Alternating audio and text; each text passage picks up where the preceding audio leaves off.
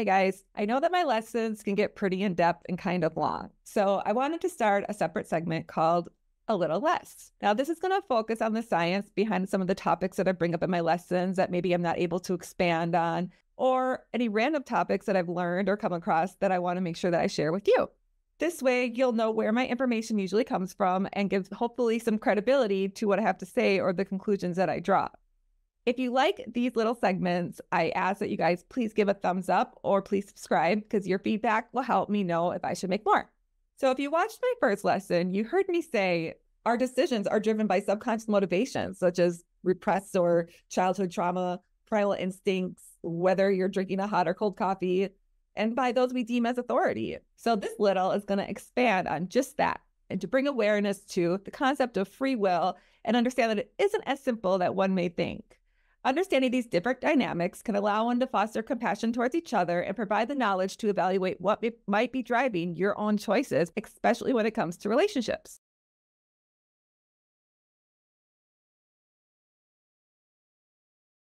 When it comes to childhood trauma, it doesn't just hurt emotionally, it can also change how our brain works, shaping our adult decisions. Early trauma can actually alter a brain structure and function, leading to physical changes in key areas. One such area is the prefrontal cortex, which helps us make decisions and control ourselves. Trauma can slow or alter its growth, making adults who went through childhood trauma more prone to risk-taking or struggling with simple choices. In fact, trauma is extra harmful from ages 0 to 3 when the brain is rapidly growing, creating over 1 million new neural connections every second. It can disrupt the development of neural pathways that control behavior, language, memory, motor skills, impulse control, and executive functions. The limbic system is another crucial part. It includes the amygdala, which handles our emotions and can become overly reactive, and the hippocampus, the key for memory, which can shrink, affecting how we process and recall emotional events. Childhood trauma can make this system overly sensitive or completely dull to stress and fear, causing stronger stress reactions or weak responses to danger and reduced ability to predict consequences. This imbalance can lead to anxiety, depression, and other mood issues impacting our decision-making and relationships. Another way that childhood trauma can affect our biological makeup is within epigenetics. Epigenetics is how what we do, what happens to us, and where we live can change how our genes work. It doesn't change the DNA itself, but it turns those genes on and off because of chemical changes around our DNA called methylation. A key gene in this area is the FKBP5 gene. It helps control how we handle stress by affecting the glucocorticoid receptor. This receptor grabs onto cortisol, which is our main stress hormone, and helps us deal with stress. When bad things happen in childhood, it can cause epigenetic changes, making our stress system super sensitive. This high alert mode can stick with us into adulthood and affect how we handle stress and make decisions, especially when we're under pressure. Childhood trauma can also mess with the chemicals of our brain. Experts have looked into how bad experiences when we're younger change our oxytocin and our dopamine systems. This research shows how early troubles can affect the way we behave and control our emotions as adults. Oxytocin is often called the love hormone or social bonding hormone, and it helps us trust, feel for others, and make friends. But if a child goes through a lot of stress or trauma, it can mess up how the system works. For example, someone who was abused or neglected as a child might have issues with their oxytocin receptors. This can make it hard for them to build relationships, trust people, or deal with stress. Dopamine is a chemical that is part of the brain's reward system. It is linked to feeling good, staying emotional, and enjoying things. If a child faces trauma, it can affect their dopamine pathways. This might make them more likely to use drugs, get hooked on certain behaviors, or develop mental health problems like depression or schizophrenia. The thought is that changes in the dopamine caused by trauma might lead adults to look for ways to feel better quickly, even if it's just for a little while. Now, these two chemicals are super important for getting along with others. When they're mixed up with the stress responses, it can make it really hard to have healthy relationships. Problems like not trusting people, being scared of getting too close, or misunderstanding social signals can make someone feel alone or have troubles with others. Certain personality disorders like borderline or antisocial can impact relationships. These are often linked to problems with oxytocin and dopamine. For instance, people with borderline personality disorder might have extra sensitive to feeling rejected, which could tie back to issues with the oxytocin system. On the other hand, those with antisocial personality disorder may act impulsively or chase rewards because of dopamine signaling problems. Narcissistic traits might develop as a response to being early emotionally hurt as well. Now, as there not has been a lot of in-depth studies related to narcissism and dopamine, there is a suspected correlation. And this can influence how someone makes decisions and interacts with others. They may become overly self-centered, have troubles understanding other people's feelings, or choose what's good for them in the short term rather than thinking about long-term happiness or other people's emotions. However, this is not all bad news. Positive change is still possible, with therapies aimed at emotional regulations and cognitive behavioral techniques offering hope for brain retraining and better decision thinking. Also, there is something called polyvagal therapy, which helps you regulate your vagus nerve that can also be affected within this. Additionally, addressing epigenetic changes via lifestyle adjustments or therapy may alleviate these long-term impacts. Recognizing childhood trauma is crucial, and some may not even see their past hardships as traumatic. Now, there is something called the Adverse Childhood Experience Questionnaire. It was a collaborative creation by the CDC and Kaiser Permanente that evaluated various adverse childhood incidents. Now, about 64% of the U.S. adults reported at least one ACE incident, with at least 17% experiencing 4 or more. While details on the ACE study findings are extensive, I'm not going to be able to go through all of them here,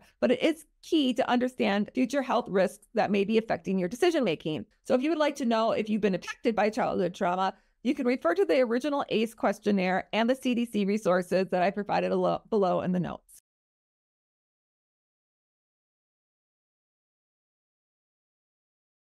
To understand how our basic instincts and today's choices work together, we need to think about human behavior that goes back to when we evolved. Our basic instincts guide our actions and beliefs, even if we're not always aware of them. They show how our past still affects how we behave today. Our ancestors had instincts that helped them survive in a dangerous world. These instincts now show up in complex ways as we act in today's society, like how we act in groups or deal with changes in society by the choices that we make. Well, the Asch conformity experiment conducted by Solomon Asch from the 1950s showed how much we want to fit in with others. In the study, people had to match line lengths, but others in the group that were actors gave the wrong answers on purpose. The real person in the group, or the participant in the group, had to choose to go along with the wrong answer or trust their own eyes and say the right one. At least 75% of people went along with the group's wrong answer at least once, even though they could see that it was clearly wrong. This shows how strong our need to belong is and how much we want to avoid being left out. We've always needed a part of group to survive, so we tend to go along with others. This shows how our social surroundings can change the way we make decisions, and it all comes from our past. Now, one social psychologist named Dr. John Bargh actually wrote a book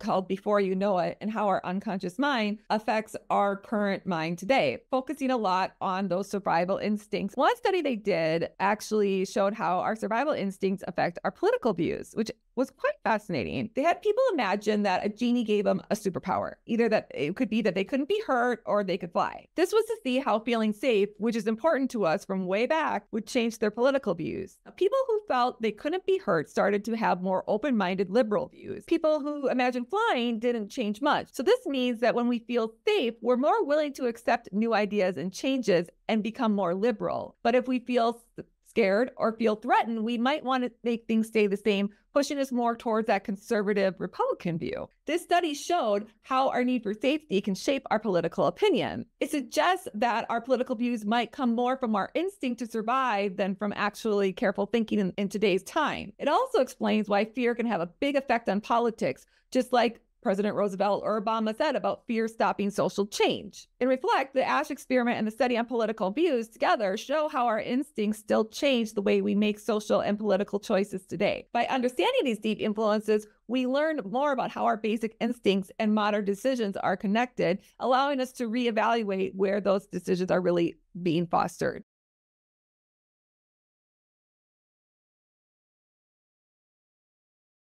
Imagine starting your day with a warm cup of coffee in your hand. Beyond the caffeine boost, this is a simple ritual that might subtly be shaping your social interactions and decision-makings in ways that you've never actually realized. So research led by also Dr. John Bargh has revealed the fascinating connection between physical warmth and social warmth, suggesting that the temperature of your morning beverage could actually influence your feelings towards others and even sway your judgments. This intriguing concept has roots in both evolutionary biology and early childhood experiences. Our primal instincts, such as risk aversion and sensitivity to social contact, play a pivotal role in our modern lives. These are not arbitrary biases, but adaptive traits sculpted by the challenges of anxious environments. Parallel to those primal instincts, our early attachments to caregivers forge a foundation for trust and social interactions.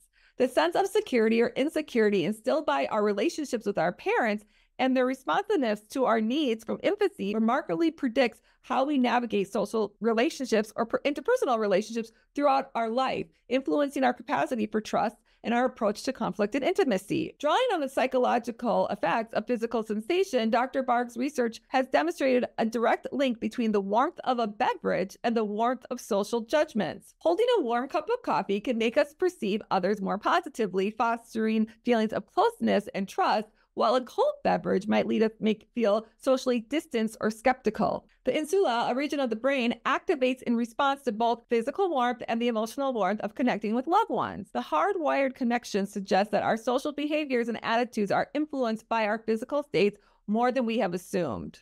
Individuals with secure attachments tend to show a stronger association between physical and social warmth, reflecting a deep-rooted trust in the others that traces back to the reliability of our early caregivers. This highlights how nurture shapes our innate tendencies, tuning into those emotional responses to align with our personal histories. Study alone shows how our evolutionary past and our early attachments continue to echo throughout our everyday decisions and social interactions, often in ways as simple as yet profound to the temperature of what we drink. So the next time you wrap your hands around a warm mug, consider the subtle yet significant ways it might be warming more than just your body. It might actually just be warming your heart and mind toward those around you, bridging the gap between physical sensation of warmth and the emotional warmth of social connection.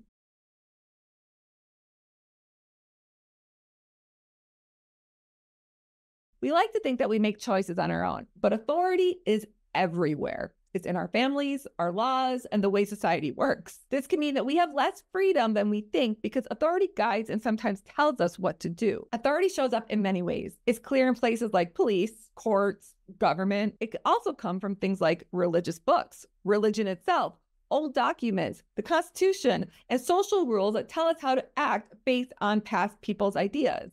However, it's not just about powerful people either. Friends, especially best friends, teachers, bosses, and even famous celebrities can influence us without even noticing. Someone who we like, such as a crush or a significant other, can change what we want and how we choose things. So what does all of this authority do to our actions? Studies from the past have shown that authority can make people do things that they know are wrong. Before there were strict rules on how to conduct experiments in science, tests showed that people would hurt others if someone in charge told them to or put them in a position of power or an authority over others. As we figure this out, it's important to understand how authority plays into the tricky balance between doing what we want and following someone else's lead. One very well-known study that shows the power of authority over us is the Milgram experiment. In 1961, psychologist Stanley Milgram at the Yale University ran this study during a big moment in history. Adolf Eichmann, a Nazi war criminal, was on trial in Jerusalem for transporting Jews to concentration camps. The trial made people wonder how the Holocaust could happen because it wasn't just like a few people were involved. It was thought that up to 1 million people took part of the killings of Jews, yet no one stopped it.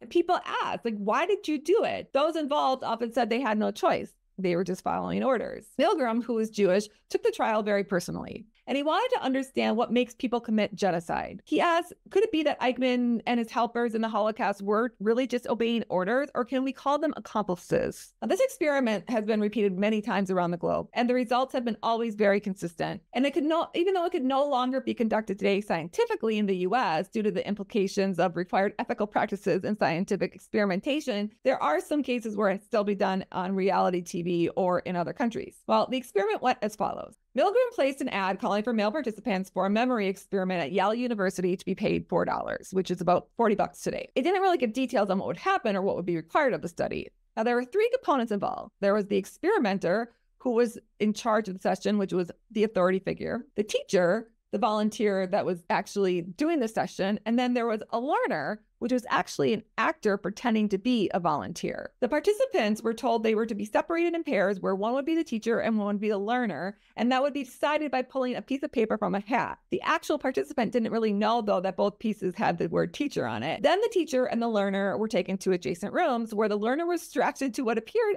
an electrical chair. The teacher and the learner were then separated so they could communicate, but they could not see each other. Now, also in the room was a machine that was set up to look like a voltage machine. It had a row of switches that started off with a 15 volt, increasing by 15 volts each time, going up to 450 volts. In addition, they put little messages on top of each of them, like slight shock, danger shock, severe shock. And at the very top of 450, it just said XXX. They needed the teacher to believe, though, that this machine was legit, even though it wasn't. So they decided to give the teacher a 45 voltage shock so they knew what it felt like and to make it seem like it was real, even though that little voltage shock was hooked up to a battery within the machine. Now, the teacher was instructed to read a list of words to the learner to memorize them. Afterwards, the teacher would then read the first word of each pair and then read 4 possible answers. The learner would have to press the button to indicate his response. If the answer was incorrect, the teacher would have to administer a shock to the learner with a voltage increase of 15 volt increments for each wrong answer. The learner was instructed to answer 1 in 3 questions right. To make the teacher believe that the learner was actually getting shocked, there was a tape recorder integrated with the electroshock generator to play a previously recorded sounds for each shock level. Sometimes the learner would start protesting, demanding for them to stop, or even at times bang up against the wall, begging for them to stop. But then as the higher the voltages came, the learner eventually fell silent. It went from screaming in pain to just nothing. And the teacher has no idea what's going on. They could have passed out. They could have died.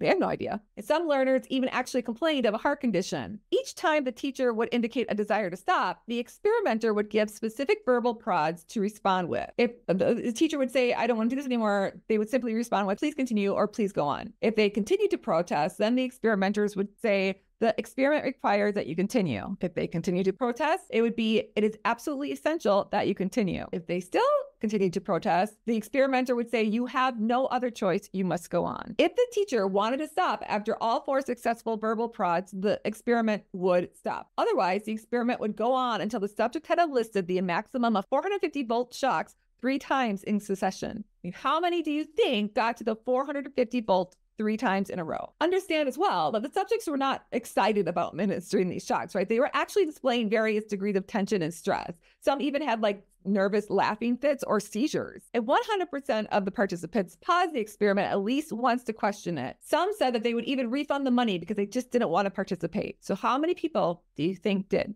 2/3 of the male participants gave the 415 volt shock 3 times to a completely silent person. It's also been done in different cities, different situations, and over time. Still the same result. There is even a meta-analysis done on the repeated performance results of this experiment. And for those that don't know what a meta-analysis is, it's taking all the research that's been done on it and compiling the data together and coming up with the answer. They found that the percentage of participants who inflict the fatal voltages range from 28 to 91%. On average in the US, it was 61%, and non-US was 66%. Now, there was some compliance decrease when it came to variations of the experiment, including distance between the teacher and the learner. So when the teacher was physically closer to the learner, compliance decreased. In one variation, they had the teacher actually hold the learner's arm onto the shock plate, which only 30% of the participants completed the experiment. But still, that's 30%. There was also a decrease of compliance if the experimenter was farther away. For example, there was a 21% decrease when the experimenter or the person in charge of the study was conducting the experiment via the phone. The teacher would just pretend to continue even though they actually weren't. He also combined the study with conformity when the participants were joined by 1 or 2 additional teachers, which made a huge difference. When 2 additional teachers refused to comply, only 1% of the participants completed the study. And one variation, which you guys freaking kills me, because some people hypothesize that the Milgram subjects may have suspected that the victims were faking it. So they wanted to repeat the same experiment with a real victim, and they used a puppy. Now, it was given real, even though the experimenters claimed that it was harmless electric shocks. The teachers were not aware of that. And still, the findings were similar of those of the Milgram experiment. 7 out of 13 male subjects and all of the 13 female subjects obeyed, even though many subjects did show high levels of stress. Some were even weeping that they were causing pain to this puppy. Now, I thought about this for a while. What would I do? Now, I'm not going to lie. I probably would shock people. I'm just being honest. I probably would have gone up to that at least 45 mark because I experienced it myself. But I am confident to say, because of my gate 18, which is a rejection of authority, I would have stopped. But I'll tell you right now, if I knew about the puppy, I probably would have got Black Widow on their asses and kicked all the experiments butt, grabbed the puppy, and ran the fuck out of the room. I mean, come on. I'm a dog mom. You don't mess with puppies. And some may be saying, well, that was in the 50s and 60s and 70s. It doesn't really count. So, today people wouldn't be like that because we're more aware. Well, guess what? As for today's time, well-approved scientific variations in different countries and also on reality TV shows that showed up in the 2011 still showed the same results. Now, we know that there's been a decrease of empathy and the rise of narcissism, so I can't really imagine that if we did the study today, it would be any better.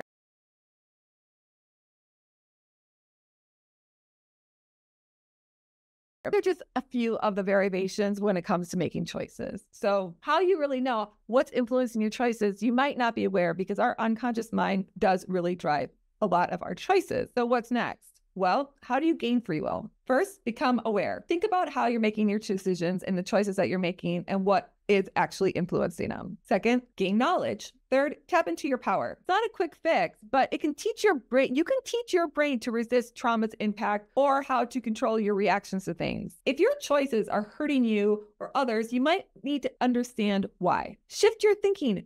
Try new choices. I mean, think about it. If the same choices keep bringing sadness, wouldn't the opposite possibly lead to happiness? Now, if you're into human design, one other way too is you can check out your type and learn about your authority. Human design actually aims to help you make choices that fulfill you. So if you're a manifestor feeling angry, a generator or a manifesting generator who's been frustrated, a projector who's been bitter, or a reflector who's always disappointed, you're likely making poor choices and ignoring your true authority. The beauty of human design is that once you are aware and you can start deconditioning, it paves the way for your inner authority to bring you peace, satisfaction, success, and joy.